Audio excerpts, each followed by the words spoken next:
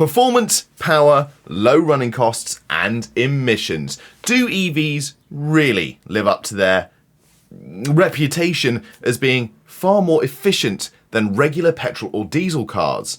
And it's not exactly what you think.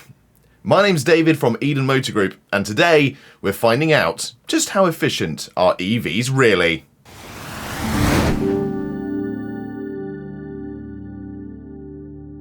Well, let's start backwards in a way. Let's start within the car itself, the motor. How efficient is the motor itself? Because we're not just going to be speaking about the car today. Oh no, we're going to talk about where the energy comes from. Well, it's good news for the electric car straight away, as the Department of Energy in the United States say that a typical electric car, after their research, was gaining around 77% from the battery to the wheels, making it around 77% efficient depending on the car. Compare that to a typical petrol car, and the average turned out to be somewhere between 12 and 30% of the energy stored in that petrol was making it from the engine to the wheels, making it far less efficient.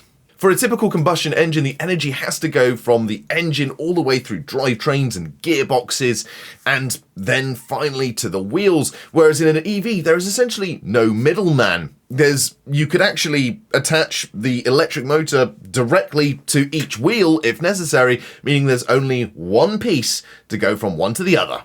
But let's skip straight ahead to the bit that I was certainly surprised about. The battery. Battery mining and car production. Battery mining is a filthy business, or at least that's kind of always what I assumed before I actually did the research myself. I was told that I could run a car around 10 years old for around 10 years and not do as much damage to the environment as new ones that it costs to make when you make a brand new electric car. In fact, when I wrote the script for this video, I actually thought the exact same thing, because I wanted to have a little balance. I wanted to try and find some detriments to the EV side of running, because I've been so positive about them in other parts of the videos, and I really wanted to balance it out.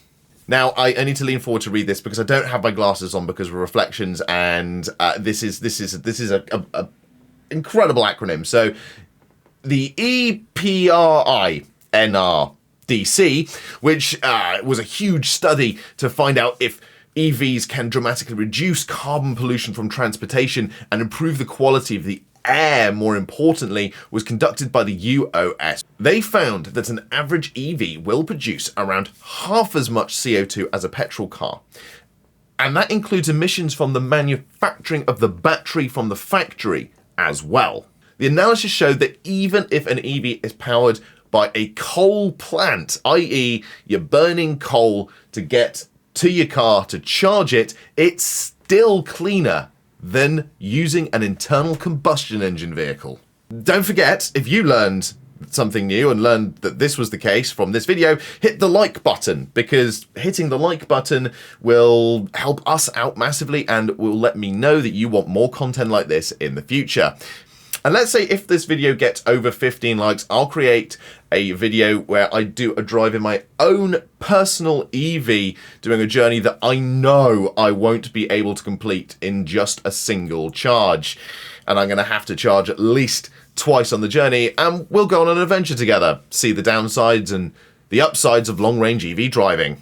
Also, we are very close to 200 subscribers, so if you could potentially hit that subscribe button and the notification bell, that would also mean that you would see things like this in your feed a little bit more often. The last thing to talk about in terms of efficiency is the full picture: hydrogen fuel. A lot of people believe that hydrogen is almost certainly what the future is going to go towards in terms of fueling. However, it's kind of already here. Hydrogen is almost certainly what the haulers industry is going to go towards, because you can go basically twice as far as on a diesel tank, and all of the costs associated with hydrogen, the electrolysis of water and storing it, don't really apply so much when you can get tax exemptions on them, and it's cheaper for buying in bulk for large businesses. However, the personal motor car story is probably a little bit different. For For those who don't know what a hydrogen car is, let me give a brief summary. Hydrogen has long been touted as the future for passenger cars. The hydrogen fuel cell, or the another acronym, FCEV, will run on pressurized hydrogen from a fuel station, essentially producing no emissions whatsoever and complete zero carbon. In fact, it's only water that comes out of the back of the exhaust system.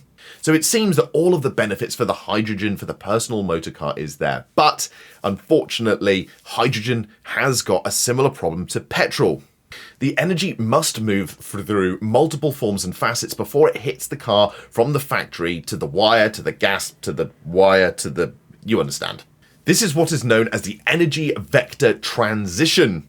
There is a great example on Energy Post EU where it uses this as an example. 100 watts of electricity produced by a renewable energy source as a wind turbine to power a hydrogen car.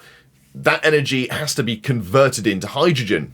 It has to pass through water, the electrolysis of water, where you basically stick two rods in water and it gives off hydrogen. This is around 75% energy efficient, which means that a quarter of its efficiency is lost straight away and already is less efficient than using an EV. The hydrogen then has to be compressed, chilled, transported to the station, and a process that is around 90% efficient. Once inside the vehicle, the hydrogen needs to be converted into electricity, which is 60% efficient. Finally, the electricity used in the motor to move the vehicle is around 95% efficient. This means it's close to the 12 to 30% of efficiency that fuel cars are actually close to. To put simply, hydrogen requires double the energy from the factory over an EV, and unfortunately, that isn't going to be paid forever anyway by the government. That is not going to be paid, certainly by the people producing the energy, which means that there is only one person or one group of people who it's going to cost more for, and that is the consumer. And at the end of the day, the money always speaks. The EVs are massively efficient in terms of their overall capacity. Don't forget to hit that like button and that subscribe button as well with the notification bell, and that will help us out massively. Let us know exactly what you want to watch. Also, don't forget, if you get over 15 likes on this video, then I will do a personal EV journey where I will have to spend out of my own money charging on a long journey. So, if you want to see that, let me know. Also, if you want to see all of the specifications for the brand new Mazda CX-60, I've done a video, well, just there actually, click on the screen.